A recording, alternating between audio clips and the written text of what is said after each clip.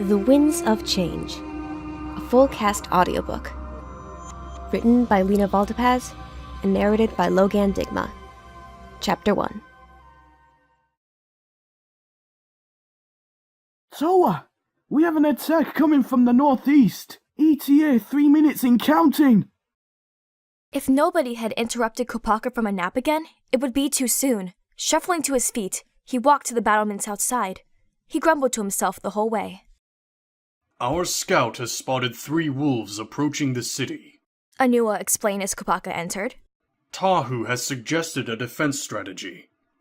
Greetings, Kopaka. Regarding this, I encourage you to listen and build upon it. Well said. Tahu replied with a quick nod.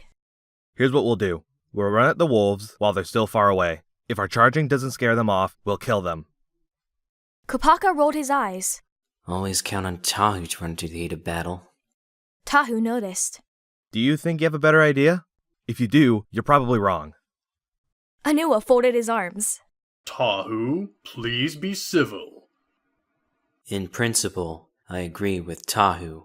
Kopaka forced himself to say. Allow me to expand on that by having us split up. 2 Toa for each wolf. I recommend these groups to be Tahu and Pohatu, Lewa and Onua, and Gali and me. Why you and Gali? The question came from Leewua. Kopaka turned to him with an expression saying he'd explain this for the 8th time. Because, Leewua, water and ice are most compatible together. Take that out of context. Leewua muttered. Gali elbowed him sharply. Any objections? Kopaka said unnecessarily loudly. If so, say it quickly. Every second not battling evil is a wasted second. The Toa all muttered sounds of approval. Onua quietly complimented Kopaka's last sentence. Tahu straightened himself, tearing his lava board gloriously into his signature fire blades. Then what are we just standing around here for? Attack! Onua smashed his earthquake hammer against the first wolf. It fell to the ground with a howl of pain, and Lewa quickly ended its misery. Meanwhile, Tahu set a ring of fire around the second, while Pohatu flung his stormerang through the fire. It didn't miss its mark. Tahu charged into the flames with a defiant roar, and within seconds, the creature's own roars had ceased. Kopaka and Gali had begun to lure the final wolf away from the city bridge. This wolf had led the others, and as such, had gone farthest. But it would soon regret ever attempting to attack the place that Toa held dear. Gali took a brief glance at Kopaka, who gave her a curt nod. Both raised their weapons. Looks like you two need a hand. Lewa swooped in, catching both Wolf and Toa off guard. He dealt a swift, well-aimed kick to the wolf, which in turn bit into his leg, throwing him to the ground and forcing a pained cry from him. Kopaka countered with a swift thrust of his spear. It gouged straight through the heart of the beast, which didn't make a sound as it crumpled to the ground. As Kopaka tried to dislodge his spear, Gali pulled Lewa from the wolf's jaws. Are you okay? She said, her voice soft as she held him in her arms. Lewa's faintly glowing eyes looked into hers. He gave her a weak, lopsided grin.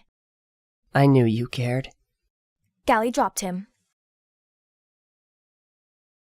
You shouldn't try any wild stunts for a few days. Kiril said, wrapping the last of the bandage around Lewa's leg. He heals fast, so it shouldn't take much more than a couple days. Let me know if it takes longer. Alright, Leewua, you're good to go. We do appreciate your help, Onua said, patting Kiril's head with a truly enormous hand. Kiril smiled. It's an honor. He turned to Lewa. Remember not to push yourself. You don't want that wound to open. Yeah. Lewa replied, stretching his arms over his head casually. Leewua, I mean it. Kiril grabbed Lewa's shoulder with surprising force. Not only will it mean more work for me, but it also won't exactly be peachy on your side. So don't push it. Lewa stayed silent for many moments. Finally, he said, Well, I won't try to. Try not to. The sounds of ceremonial horns resounded throughout the region, signifying a festival would begin soon. The city itself buzzed with activity. Villagers chatted about Toa's victory against the wolves, which the protectors had skinned and would give away to the local children and elders, and the chosen adults if they ended up with extra. Near the forge, the Toa conversed about mostly trivial matters. To me, Lewa thought. trivial's just a fancy word for boring. He stood up, yawning widely. Then he stopped, his mouth abruptly snapping shut. A feeling of uneasiness crept across his skin, and his breathing became short and sharp. His injured leg quivered, almost caving in on him. Leewua?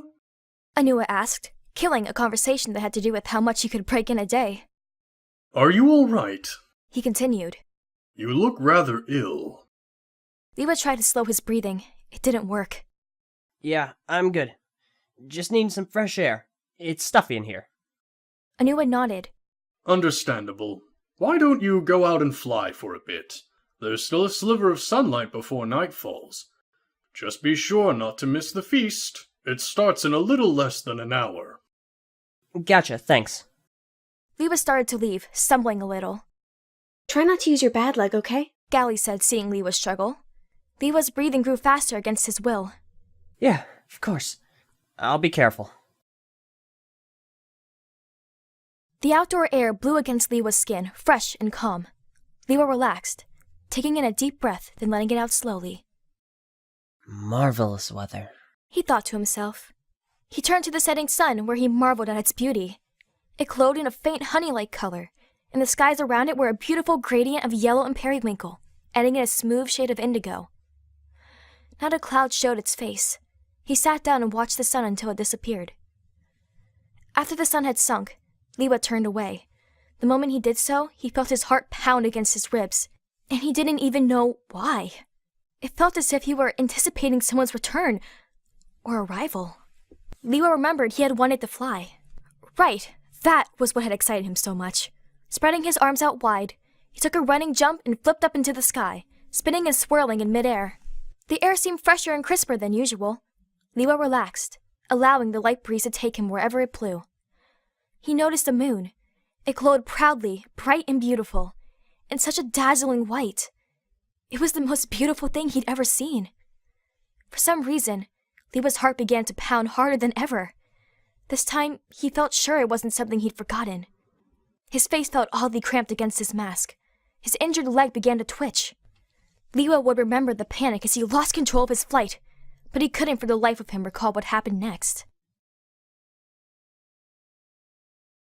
Well, it's too far away to hurt anyone. No sign of Leewua, though. Can't you scan again, Kopaka? Gali, what do you think I've been doing for the last minute? Kopaka turned around in a circle. He shook his head. Nothing but birds and that other thing. Tahu arched an eyebrow. Maybe that thing is Leewua. Kopaka shook his head again. Impossible. It's on 4 legs. Leewua giving a piggyback ride? Why, yes. You're a genius. Of course it is. There's no other explanation. Thank you. You're welcome. Amazing. Somehow, even with it spread as thick as I could layer it, the sarcasm I put into my sentence wasn't as thick as your skull. Tahu's lava board lit up with heat as he tore it in half. Someone's asking for a cracked mask.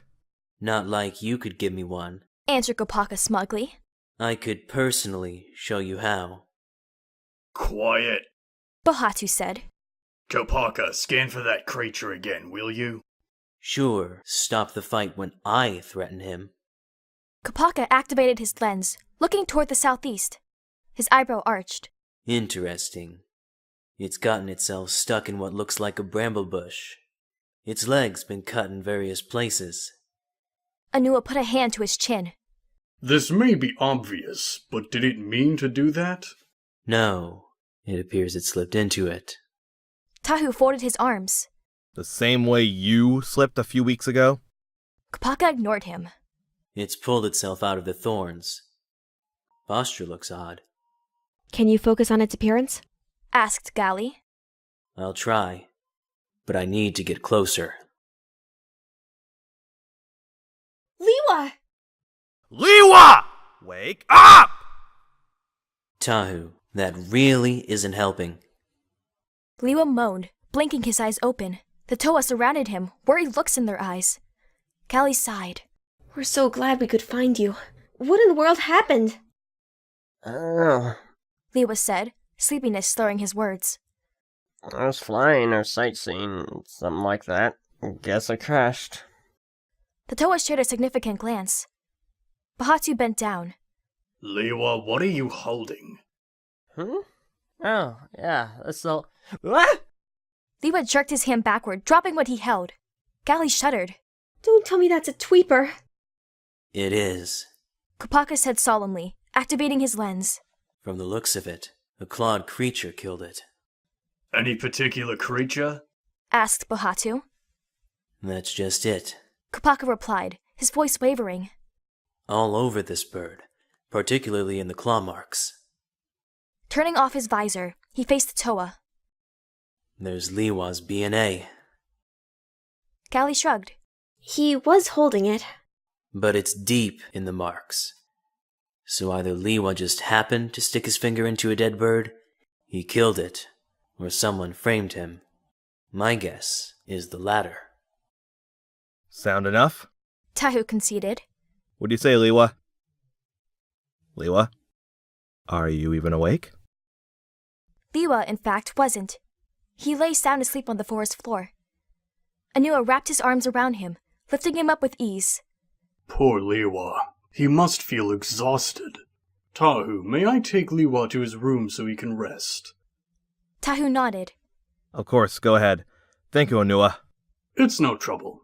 I'll also make some tea for when Leewua wakes up. Tahu couldn't help but smile. You know, your heart is bigger than yourself sometimes, which really says something. Ha ha ha. I'm glad you think that, Tahu. Now then, I'd best be going. Cheers!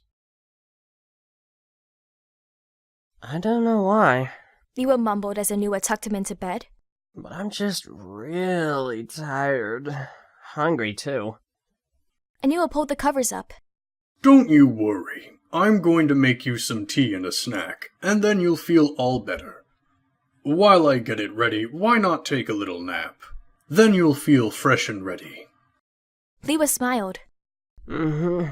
Thanks a lot. Before Onua even stood up, Leewua had fallen asleep. Poor dear. Onua thought. He walked to the kitchen where he prepared a mug of tea. He added extra sugar. While the tea steeped, he opened the cupboard, taking out a plate. Choosing with care, he took an assortment of salad, meat, and fruit. He briefly wondered whether Leewua would prefer orange or bonobo, then settled for the third option of an apple. Who didn't like apples? Onua didn't forget the tea. Setting the apple on its plate, he picked up the mug and looked inside. It had a deep green color, smelling of jasmine and peach. He took an experimental sip. It tasted a little too sugary for him, but he knew how Leewua liked sweet things. He would love this. Smiling at the thought, Onua began the walk to Leewa's room, singing a traditional Okotan song to himself. He stopped, almost bumping into Kopaka. Ah, hello, Kopaka. I hadn't expected you to return so soon. What else was there to do? Replied Kopaka. The only worthwhile thing we did was scan the area for more of Leewa's BNA. And? As strange as it sounds, I found some in a nearby bramble bush. Hold on. Onua said, setting the tea down. You mentioned, early last evening, you had mentioned a creature trapping itself in some brambles, hadn't you? Exactly. And there aren't any other bushes nearby, so this is the same bush. What's more, the only BNA from the last 24 hours on that bush was from Leewua. So it's not just the same bush. Kopaka, hearing Onua's voice drift off, finished his sentence. It's the same creature. I still don't get it. Tahu complained. I'm the leader here, aren't I? So why are we letting Kopaka push us around? Pohatu said nothing. Spirit knows what went on in his head. Tahu glared. Whose side are you on? Again, no response. The Toa of Stone continued to stare at the ground. Eventually, he said, You have a point. Now look at these. Tahu felt quite put out at Pohatu's abrupt subject change, but all the same, bent down to see where he pointed. Paw prints. He said. But they're not headed toward the city. Pohatu nodded. They're pointing to that suspicious crowd of trees. That must be their secret base. Won't be secret for long. As the Toa followed the paw prints, they noticed 2 separate sets going in similar directions. They kept track of all 3 paths, which intersected right at The middle of nowhere. Pohatu let out an annoyed sigh. This was all pointless. Tahu stared. Are you serious? We didn't come here for nothing, Pohatu. I'm sure there's at least one interesting thing here. For example, the tracks. Where do they go? They all disappear at roughly the same point. Interesting. Not just that, maybe the wolves don't even disappear. They just get into their secret lair, waiting until sun falls. Pohatu put a hand to his chin. As ridiculous as it sounds, that's a fair guess. And now that I look at it, the tracks all deliberately stop around this area here. He traced a circle in the dirt. Feels like there are grooves in here. Let's crash the party then, shall we? Tahu grabbed the grooves Pohatu had mentioned and tore off a lid? Pohatu inhaled sharply. Tahu, don't! But Tahu had already jumped into the dark pit. Pohatu leaned over the edge, looking into the darkness. He held his breath, listening for the faintest sound. Without warning, a bright red streak flew out of the hole, catching Pohatu off guard. Less than a second later, Tahu fell to the ground with a clatter. You alright? Asked Pohatu, helping Tahu to his feet. Tahu coughed. I think so. Everything passed so quickly, but I'm okay. Glad to hear it. Ah! What was that for? Don't do that again. Leewua, are you awake? Lewa stirred at Onua's voice. Yeah? Why? Well, you certainly sound better. Onua said, setting a patterned mug on a nearby side table. I have your tea ready. Would you like it now? Sure. Lewa said, smiling. Onua nodded, handing him the tea. I hope I didn't wake you up. How did you sleep? Pretty well. Lewa said. I kept having this weird dream where I was in a field, but it was made of fur. He took a sip of tea. Sweet. I thought you would like it. Onua said, beaming. As soon as you're finished, shall I bring you that snack? It has fruit, greens, and meat. He noted Lewa's eyes light up at the last word. Could you bring it up now? Lewa asked. I clean forgot how hungry I was after that nap. Of course. I'll get it right away. As Onua headed to the kitchen, he couldn't help thinking about what Kopaka has said. It can't be possible. He tried to tell himself. Unless Leewua was pulling a cruel joke on us all. But no, he'd never go this far. And earlier he appeared ill. Perhaps that's connected. It didn't take him long to find the plate. As he picked it up, he noticed Kopaka directly in front of him. He appeared to be silently judging the plate. Greetings again, Kopaka. Onua said. You should try to announce your presence more. You almost startled me. Is something the matter? Kopaka took the slab of meat from the plate, letting it dangle from his fingers. You're feeding him this? Well, yes. Onua admitted. Leewua needs energy, and meat helps with that. Helps him or the creature? Sorry? Will the meat give Leewua energy? Said Kopaka with narrowed eyes. Or are you awakening the beast within? Onua blinked many times. I don't think I follow. How can you be so sure this creature is a carnivore? Before Tahu, Pohatu, and I parted ways, I scanned the BNA in the Tweeper and Bush. Both had their respective BNA, as well as some of Leewua's. While scanning the bush, I found Leewua's blood, but it had another animal's BNA. I've sorted through the genetic databases in my lens, and no herbivores match up. In short, Kopaka finished. this creature didn't strictly eat plants. So, a four-legged meat-eater. Said Onua. When you saw the creature for the first time, did you know its size? Kopaka's expression became blank as he thought. Judging by the distance, He said. it was around Leewua's size, perhaps smaller. Onua nodded, hand to his chin. Maybe with more information put together, we can figure out what it was. Good idea. I'll see if I can find more evidence. But until then, I'd advise not to feed Lewa any meat. Finally putting down the meat slab, Kopaka turned around and left. With a deep sigh, Onua took the meat from the plate, setting it inside a cooling chamber in the wall. He then began walking into his friend's room. He stayed silent the entire way. Tahu stumbled along until he nearly knocked into Gali. He managed to keep himself upright, groaning. Gali quickly put her arm around Tahu's back. What happened? Don't worry. Tahu said, straining his voice. I was jumping into the thick of battle. This was in fact true. For the most part. Tahu had jumped, and he guessed it was in the thick of the battle since everything had passed so fast. But Gali's expression, at first concerned, changed to unconvinced. Do you really need help that badly? Tahu staggered. No, I'm fine. He coughed a little too purposefully. Just that my back. Needs a massage? Gali finished. Come on, you're a Toa. She let her arm fall to his side, smiling. Maybe I'd give you one if you didn't make up excuses. Straightening, Tahu sighed. I'm sorry. Now I feel like an idiot. Gali rested a hand on Tahu's shoulder. Don't be so hard on yourself. Nobody's perfect, Tahu. But you should still try. Anyway, She said, taking her hand off him. I have to help Polity with her spring problem. See you later. Wait. Gali stopped as she was turning.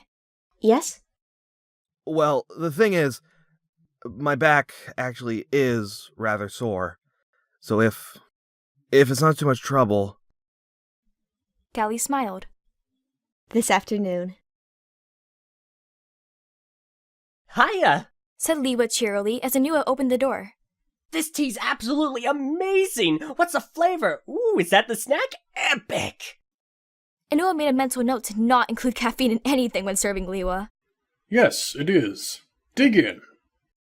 Leewua practically leaped straight from the bed to Onua's side, scanning through the dish with his eyes. Not to sound nitpicky, but why is all these things plants? Onua blinked. Aren't you a Toa of jungle?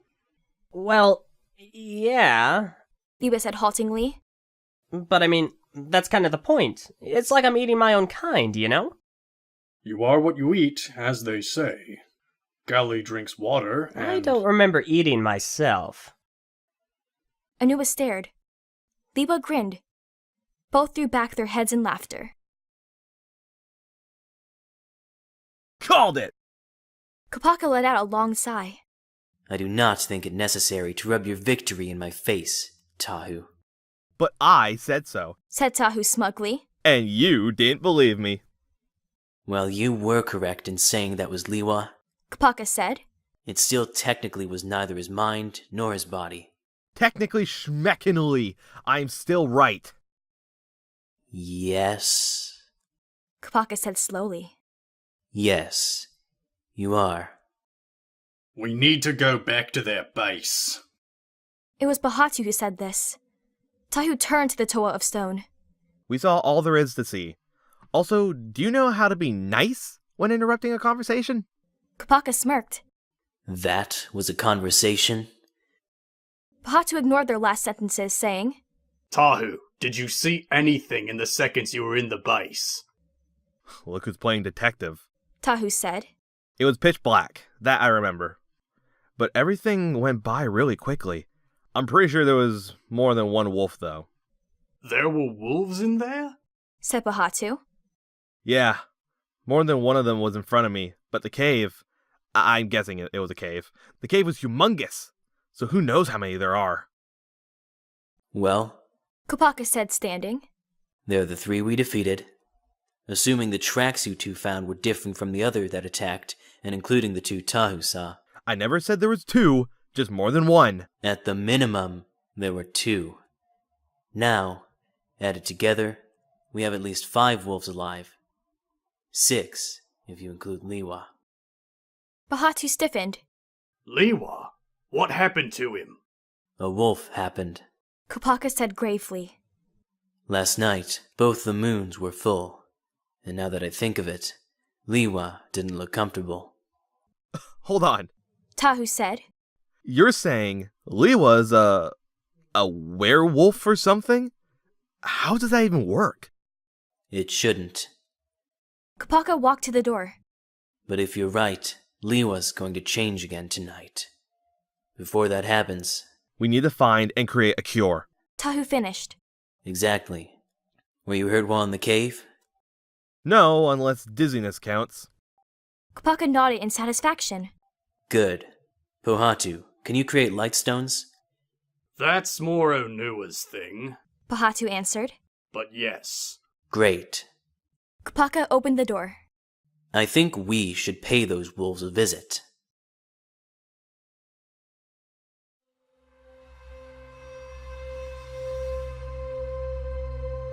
End of Chapter 1.